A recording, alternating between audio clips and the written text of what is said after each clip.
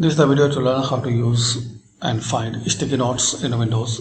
Just click here, sticky note, and open it. If you don't have, so installed on Windows Store and expand this resource values memory.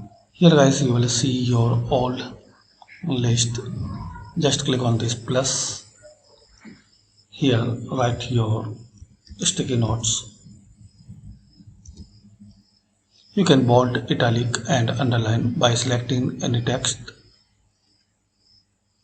stick through and bold. You can insert also image.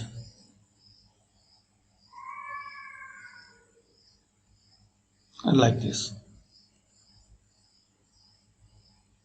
And once you're done, you can increase the size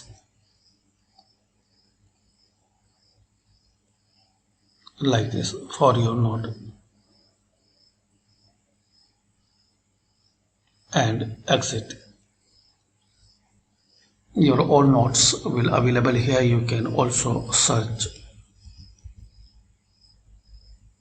To delete, click here, three dot and delete note.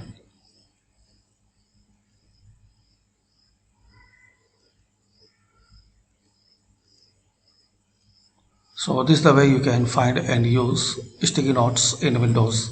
Thanks for watching.